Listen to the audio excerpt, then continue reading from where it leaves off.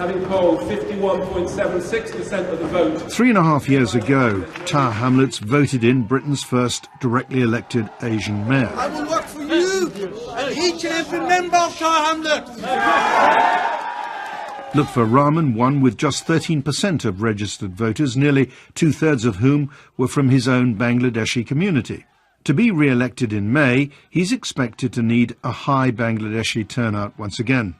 As a directly elected mayor, Mr Rahman has executive power over the allocation of some grants to charities. Opposition councillors say they believe that in the run-up to the election, his choice of charities for grant funding has been driven by electoral advantage. I am pretty sure that there is some quid pro quo in some of those grant decisions being made.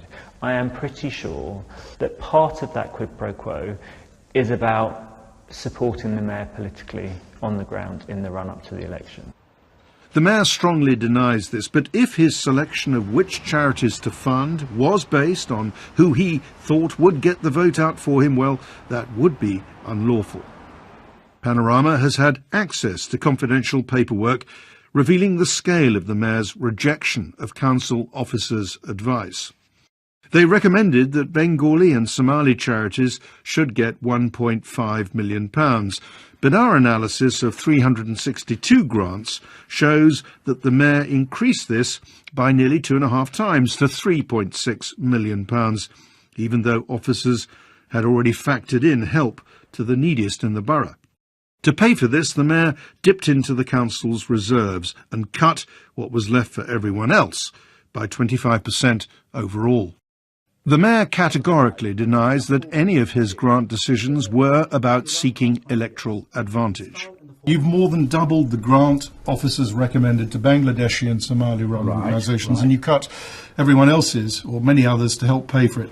And that's why the opposition say that this is as much about electoral advantage as it may be about need. What do you say to that? Listen, you went through a rigorous process, Mr. Ware. So the allegation that's made by your... untrue. It's absolutely untrue. But can I just say, my principle has all along been that we will distribute the money to as many organisations as possible, because they benefit the community of Tower Hamlets. In exchange for more personal power, directly elected mayors are expected to present themselves for questioning. Mayor Rahman claims there was an adequate audit trail for his grant decisions, but he's declined to answer opposition questions in council meetings about them, or answer questions from the special council forum that's meant to hold him to account. The only explanation in the council confidential papers for the hundreds of changes the mayor made to officer recommendations is contained in just a few words. It was down to local knowledge, and it was known where money needed to be redistributed.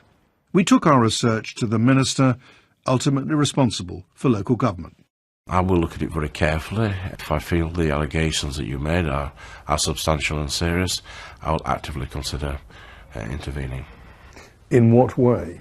Well, I have powers to put in an inspector to look at the way that the council has been run.